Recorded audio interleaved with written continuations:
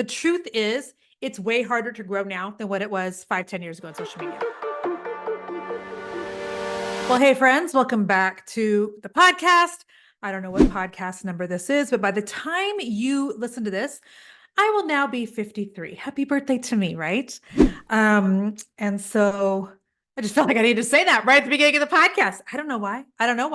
But anywho, happy birthday to me. And for any of you other July people and any of you other people who are over 50 or having a birthday this year, etc. So, all right, I'm going to talk about a little bit of a funky topic today. And I wanted to talk about this. The first time I explored this idea, I was at a conference with Allie Brown years ago, and she posed the question in a similar manner to this, slightly different, but basically like, what would you do if social media totally went away?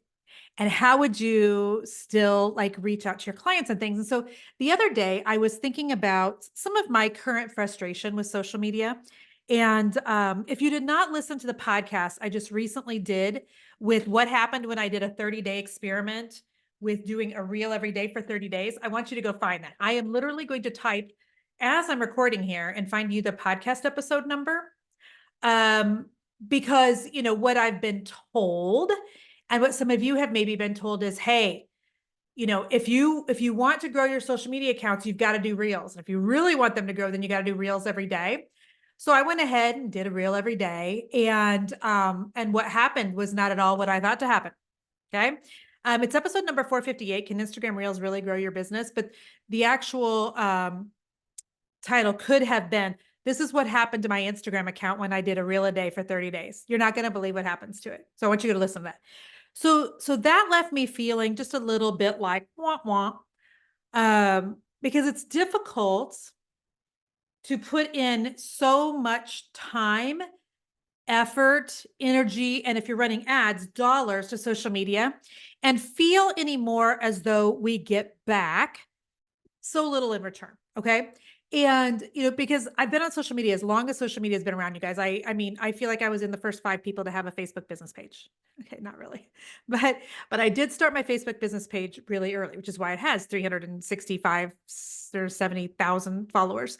Instagram has been slower to grow.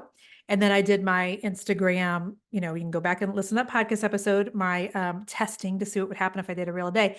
And so it just feels like growth is slower, ads are more expensive. And you know what? Here's what I'm going to say. It's not that it feels like. The truth is, it's way harder to grow now than what it was 5, 10 years ago on social media. It's not impossible by any means, but it is harder. I would go ahead and say that growth is slower for most people on social media today than it was 5 or 10 years ago. And I will also say that ads are both more complicated and more expensive today in 2024 than what they were 5 or 10 years ago. So feelings aside, I don't want to talk about, I feel like it's harder. It is harder. Okay. Still the best, easiest, freest thing you can do for your business because everybody checks social media for a business. Everybody does. So I still think it's necessary, but here's what I want to talk about today. Is it possible to grow your business and still make sales without doing social media? That's what I want to maybe examine. And, I think that I am in a little bit of a social media slump, and I think it's okay to say that. It's summer, kids are home. I just don't feel like being on social. I don't. Is that okay? Can we just be honest with each other as business owners? I want to pay attention to the things that are in front of me. I don't want to live vicariously through people I've never even met in real life on social media. I also get tired of seeing a lot of smoke and mirrors. I feel frustrated sometimes with the coaching industry because I feel like a lot of you are being led astray by people who are saying one thing, but doing another. They haven't even built what it is that they're claiming to try to help you build. And so that feels frustrating to me. And so I've noticed in recent months and honestly the last year or two, social media just makes me feel more anxious than it does, content. This is possibly a me problem and not a social media problem, but it's also designed that way, you guys. It's also designed that way. I mean, they designed social media to give you a shot of dopamine every time you're opening up your social media accounts and you're seeing the likes and the comments and the things. We should, if you all don't understand right now what social media is doing to our brain, you really need to finish my podcast episode today and go do some research. Go watch one of those documentaries. It's on Netflix. Can't even think of what they're called now. If you're watching this on YouTube, if you comment below if you know what I'm talking about. I'm trying to think of, is it the social experiment or something?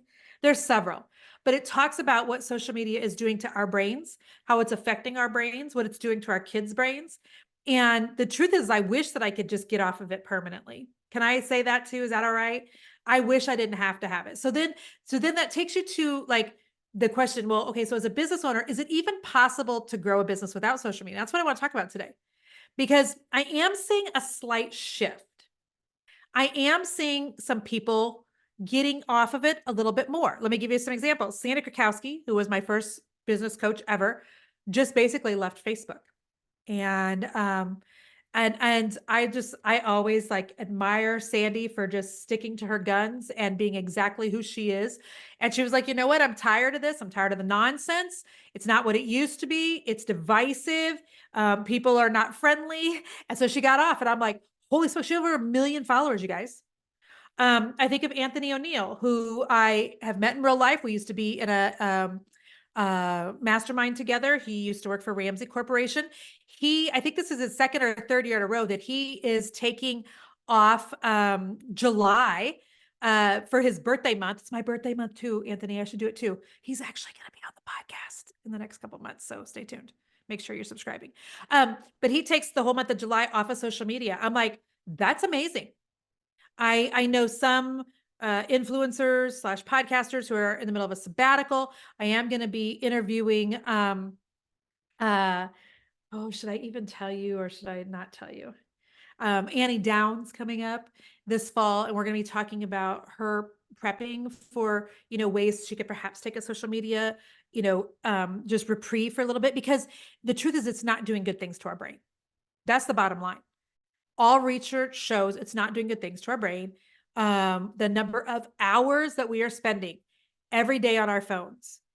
I love the line from Dr. Amen, which says that smartphones are making us stupid. And the closer we get to an election, the crazier it gets. Can I just encourage you all to remember that we are not fighting against flesh and blood in this next election season. It's a fight against principalities and powers. Okay. And so, and those principalities and powers are using our phones and the internet, and they're using social media to cause just more division. And so, it's such a like funnel, tunnel, whatever, you interact with one video, and then that's all you see is 50 more videos along the same topics. This is why we as Republicans can't understand why Democrats do what we do. And then we as Democrats can't figure out why the Republicans do what they do, because all we know and all we're seeing is what's being fed to us via social media on our phones. And so we're looking at each other going, how do you not see what's so obvious? Republicans are looking at Democrats. Democrats are looking at Republicans. Independents are looking at whoever they're looking at. I don't know. And so, I mean, I'm guilty of this as well, which is why sometimes Jason and I force ourselves to I don't watch a whole lot of news. I rarely have on the news, but in recent weeks, we've had former President Trump get shot. We've had President Biden announce that he is stepping down. We've had you guys know what's been, in the news. Kamala Harris is now running. We've had the director of the FBI who has resigned. So there's been a lot going on, but we have forced ourselves to switch channels, from Fox News to CNN to MSNBC. And sometimes it's shocking, you guys, the angles, how blatantly different things are reported from a different angle. And if we only consume content that affirms what we personally believe, I just wonder how much more divided we're going to get as a country before this next election. So with that being said, I do think that we are seeing a trend of more people taking breaks. I even know one of my kids has gotten off of Snapchat, gotten off of TikTok. It is only on Instagram now. And he has several friends doing the same thing. There is a little bit of a trend of people getting off things. And I'm like, thank you, Jesus. We need this for a healthy brain. So my question to you is this possible for you? Because do you ever, as a business owner, sit and dream about what it would be like to not have to worry about social? Maybe I'm the only one. Do any of you ever wonder I wonder if I could have a surgery just to have like 6 weeks off from my business. Maybe I'm the only one. Am I the only one that's going to be honest? Oh my gosh. Myself and one of my friends who's a personal trainer were talking about this the other day. Like, is it bad when you start imagining you need to have a minor surgery just to get some time off? But what would it look like for us as business owners to get off of social media? I just want to have, I'm just going to throw out some discussion questions for you to discuss amongst yourself in your own brain. Okay. But would you have a way of contacting your customers if they get off of social media or if you decide to dial social media back?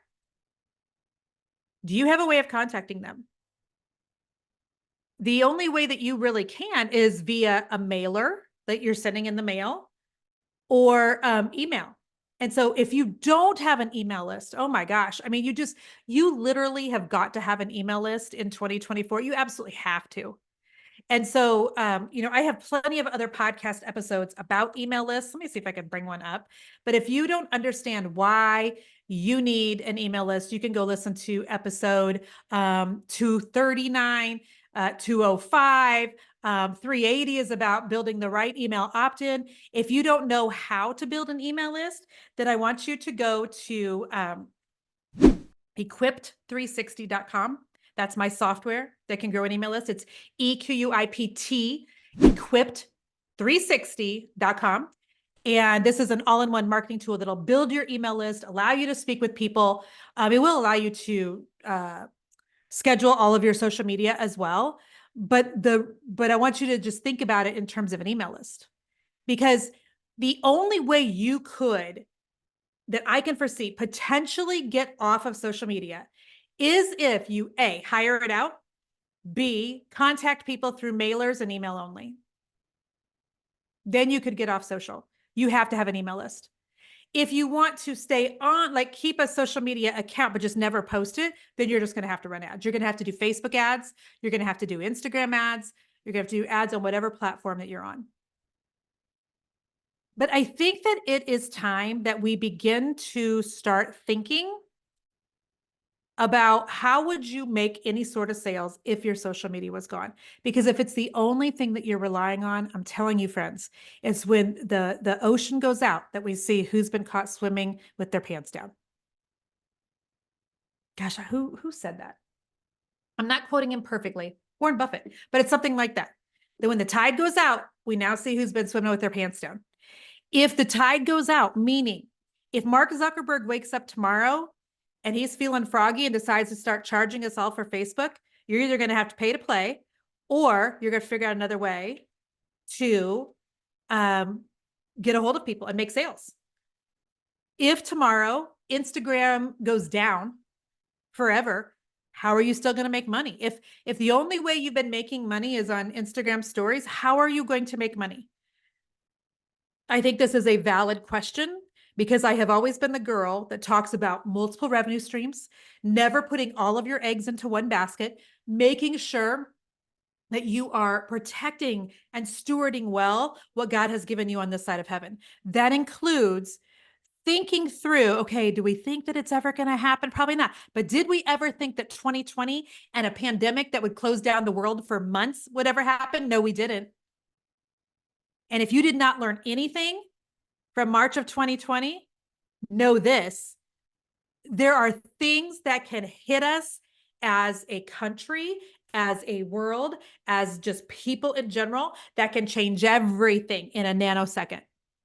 And so in order for you to protect yourself and what you've built, protect your family, to protect your finances, I want you to just start thinking through, how would I make money if the internet was down for a couple of weeks? Do I have the right things in place? Am I taking a Sabbath or a rest from social media ever? Am I stepping back from it enough? Am I consuming too much of it? Is it making me into a better person or a worse person? Am I setting a good example for my children? Do I need to start an email list? Do I need to start a texting list? You can text people through Equip 360 as well. And by the way, you can hire virtual assistants from BizAssist, my virtual assistant agency, to set everything up for you. Listen, I'm telling you guys, there is nobody coming to save us other than Jesus himself. There is no one that is going to protect your business and what you're building other than you. You have got to make sure that you have your ducks in a row, that you have thought through some things, that you have a plan A and a plan B, and that you aren't relying on things like social media only to carry your business. That is a dangerous bet, my friends. Okay. So, title this episode, is it possible to grow your business without social media? I might retitle that too. Would your business do okay without social media? Or can you still make money without social media? That's the question of the day. I hope I gave you something to think about today. And if you need help with that email list or a texting list so you can text people what you have for sale, again, equipped360.com is the software that we launched well over a year ago with hundreds and hundreds of users. I think we're over 500, 600 users at this point. And so you need a backup plan. And you need a backup plan with a backup plan. Things are only going to get wonkier from here on out, my friends. So much love to you today. We'll talk to you soon. Bye-bye.